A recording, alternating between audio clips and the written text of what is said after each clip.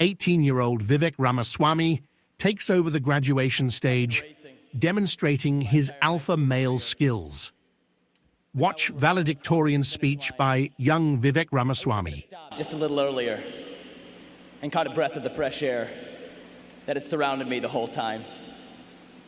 Teachers, staff, classmates, counselors, and friends, I'd like to welcome you to the 2003 St. X graduation ceremony.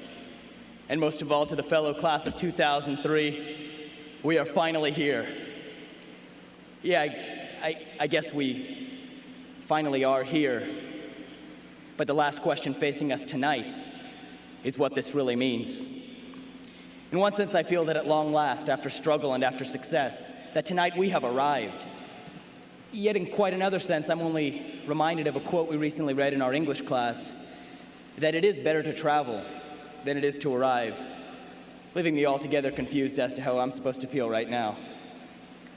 The word commencement comes from the French word commencer, which means to begin, and yet now we use that same word commencement to describe a ceremony marking the end to our four-year high school experience. And I know the idea is a little trite for graduation ceremonies, but then again, it's only trite because it's true. So tonight, which is it really? The climactic ending to it all, or simply the launch pad from which we now embark? The only answer lies in looking at our experience.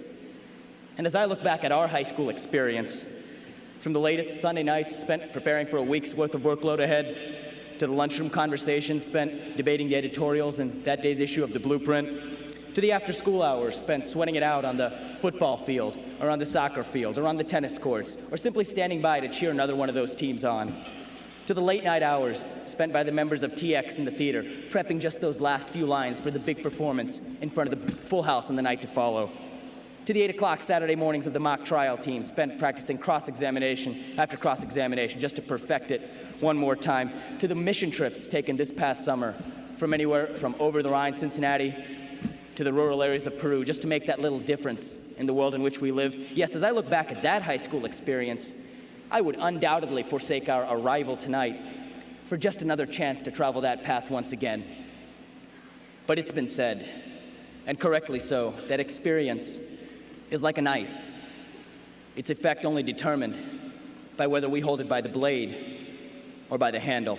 And we would all do ourselves a grave injustice if we were only to look at these shining moments. For just as real as these experiences over the past 4 years have been our experiences of grieving and of mourning, as individuals and as a community, for the loss of Steve McDevitt's mother last year, and of Trevor Kramer's father this year, and of Mr. Muller's father this year, and of other loved ones along the way as well.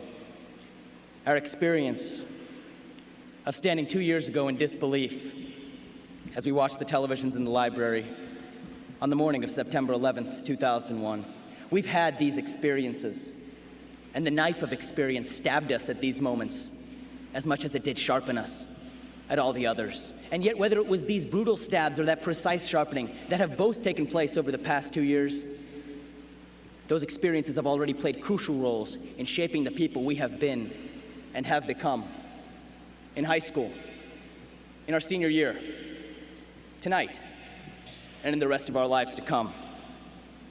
When I was trying to think of the moments that struck me most over the past 4 years, I was reminded of an encounter I had earlier in this year when I was volunteering at the Bethesda Hospital, when a man approached me in the hallway from behind, clutched me on the shoulder, and I turned around to face him, and he extended his hand out to me, and he said, "Class of 1985.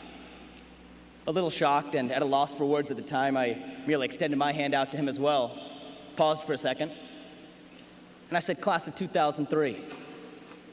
That was it, and the two of us went our separate ways. But as I turned around and walked away that day, and as I now turn around and look back at the time that's passed since then, I realized that when that man said class of 1985, he meant a lot more than just the date on which he graduated. For him, the words class of 1985 included all of the experiences he had had with friends, with classmates, with his teachers, and with himself over the 4 years that he had spent at St. X. Something more than a symbol that was stitched on his class jacket. Something more than a phrase printed at the top of his program at graduation. Tonight, 18 years later, the situation is still about the same. Tonight, as we graduate, our potentially mindless response, class of 2003, takes on a whole new meaning, one that comes to collectively include the 4 years preceding it, more than just this graduation we've all been working toward. So 18 years from now, when we look someone in the eye and say that we were class of 2003 at St. X, what will that mean? What will we remember when we say that we were class of 2003? We might remember that we were yet another class to have the greatest number of national merit finalists in the state of Ohio. We might remember that our cross-country team won its second state championship when we were sophomores. We might remember our state run in football last year, the trip that many of us made to Canton, Ohio, and the bittersweet moment of ending up as runners-up. We might remember that we were the senior class when our swim team won its 25th state championship. Or we might remember that the best recognition our school could give for that 25th state title was an optional fifth period lunchtime ceremony. We might remember any and all of those things 18 years from now. But when we say class of 2003, I doubt it'll be any of those things that'll first come to mind, and I think that for each of us, it'll be something different. But I also think that even as early as tonight, we can all pretty accurately predict what that'll be, no matter how far ahead we look.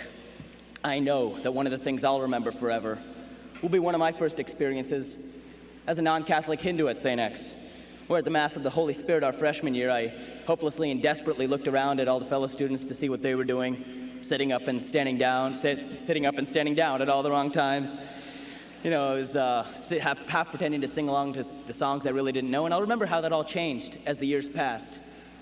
But if I'm to remember that experience 18 years from now, then I'll also be sure to remember my experience in my sophomore religion class, when I was exposed for the first time not only to the ideas of a Catholic school, but to the ideas of my peers, and eventually, of myself. And I'll definitely remember emerging from St. X with a personal faith that was neither Catholic nor strictly Hindu, but was finally something that I could call my own. As I was trying to figure out how I would end this speech tonight, I considered ending it with a mutual wish of good luck to everyone. But I'm glad I'm now stopping short of making that mistake. Because when I thought about it, I realized that wishes and luck alone are not responsible for why we're here today. Because it's neither wishing nor luck that's gotten us to where we are. It's not wishing that's letting us graduate. It's not luck that got us accepted into colleges. And it won't be wishing or luck that's going to carry us on its shoulders for the rest of our lives. We're not here because of our good luck alone. We're here because of our good work and God's help. And the sole end of that work shouldn't be achieving any great reward.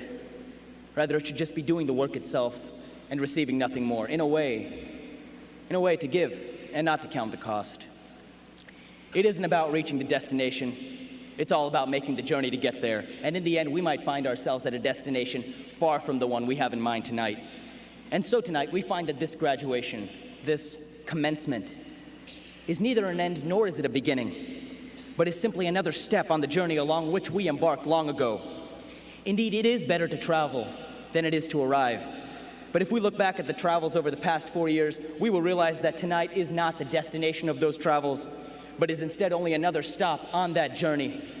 So tonight, let that journey begin. Actually, excuse me. It's already begun. Thank you all, and may God bless. Thank you for joining us today. Until next time, keep exploring, keep connecting, and keep spreading love across borders. Take care.